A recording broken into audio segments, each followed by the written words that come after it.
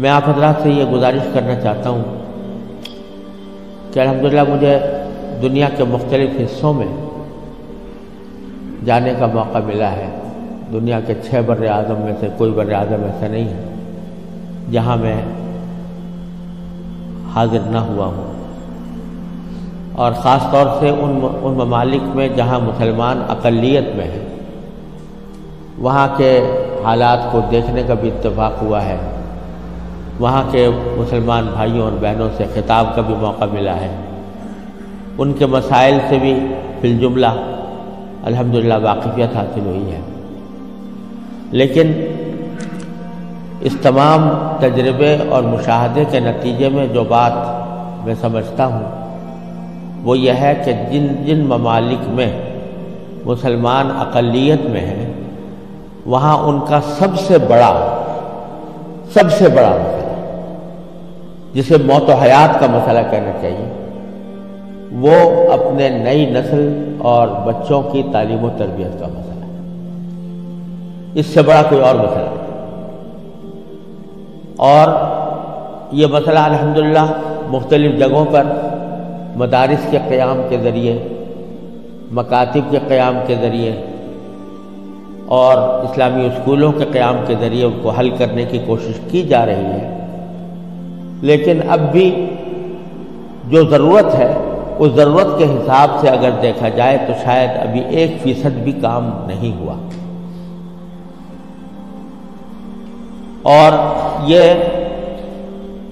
ایک ایسا مسئلہ ہے جس کو میں موت و حیات کا مسئلہ سمجھتا ہوں، اور آپ نے تو اس کا زیادہ بہتر طریقے سے مشاہدہ کیا ہوگا، لیکن میں آپ کو خود اپنا تجربہ بتاتا ہوں کہ سن 1978 میں، یعنی آج سے تقریباً 38 سال پہلے مجھے سب سے پہلے امریکہ جانے کا اتفاق ہوا۔ اس وقت سن 1978 میں سب سے پہلے میں امریکہ گیا تھا، اور ایک مسلمان تنظیم کی دعوت پر گیا تھا۔ مسلمان تنظیم کا اس وقت بہت سی مسلمان تنظیموں کا ایک وفاق تھا جس نے ہمیں دعوت دی تھی۔ تو جب میں اس تنظیم میں پہنچا اور اس کا سالانہ کنونشن تھا، اس میں حاضری ہوئی، تو سب سے پہلے تو میں یہ دیکھ کر حیران رہ گیا کہ جب شام کو دعوت کا اہتمام کیا گیا تو اس میں کہیں دور دور حاضرین کے اندر اسلام اور دین کا کوئی شائبہ نظر نہیں آتا۔ خواتین اور نوجوان لڑکیاں وہ مردوں کے ساتھ اور نیم برہنہ لباس میں بیٹھی ہوئی تھی، اور پھر اعلان یہ کیا گیا کہ اگر کسی کو حلال کو کھانا کھانا ہو تو مچھلی استعمال کریں، جس کا مطلب یہ تھا کہ کھانے میں حلال کا بھی کوئی فکر نہیں تھی۔ وہاں بیٹھنا مشکل ہو گیا، ہم لوگ کہیں الگ چلے گئے۔ اس کے بعد معلوم ہوا کہ ایک رقص و سرود کی زبردست محفل منعقد ہوئی۔ ایک بوٹنگ کا پروگرام تھا، اس بوٹنگ کے پروگرام میں سارا جو پروگرام تھا وہ رقص و سرود کی محفل میں گم ہو کر رہ گیا۔ یہ سارے نظارے دیکھنے کے بعد جب مسلمان تنظیم جس نے دعوت دی تھی اس کے سربراہ سے میں نے شکوہ کیا کہ بھائی آپ انہیں مسلمان تنظیم ہے اور اس میں کہیں دور دور بھی کوئی شائبہ دین کا نظر نہیں آتا، تو آپ کیا کرتے ہیں، کس وجہ سے آپ نے یہ اجتماع منعقد کیا ہے؟ تو وہ لبنانی تھے وہ صاحب جن سے میں نے شکوہ کیا، تو اس کے جواب میں ان کی آنکھوں میں آنسو آنے لگے اور کہنے لگے مولانا آپ صحیح کہتے ہیں، لیکن یہ وہ قوم ہے کہ جس کے بارے میں بس ہم اتنا چاہتے ہیں کہ یہ کم از کم اپنے آپ کو مسلمان کہتی رہے۔ یہ اگر ہم یہ سمجھتے ہیں کہ اگر یہ صرف اپنے آپ کو مسلمان کہتی رہے تو یہ بھی ہماری کامیابی ہے، ورنہ اس کو اسلام سے کوئی تعلق رہا نہیں۔ ان کے آباء و اجداد کھانے پینے کی تلاش میں، تجارت اور معیشت کی تلاش میں یہاں آئے تھے۔ ان کو اپنے بچوں کی تعلیم و تربیت کی کوئی فکر نہیں تھی۔ یہ اسی ماحول کے اندر پلے بڑے ہیں، اور اس کے نتیجے میں ان کو دور دور بھی کہیں ان کے اندر کوئی شائبہ دین کا نظر نہیں آتا۔ ہمارا کام صرف یہ ہے کہ ان کو اس بات پر جمع کر لیں کہ بھئی تم مسلمان ہو، اپنے آپ کو مسلمان کہتے رہو، ورنہ اسلام کی کوئی چیز ان کے اندر باقی نہیں رہے۔ یہ منظر میں نے 1978 میں اپنی آنکھوں سے دیکھا،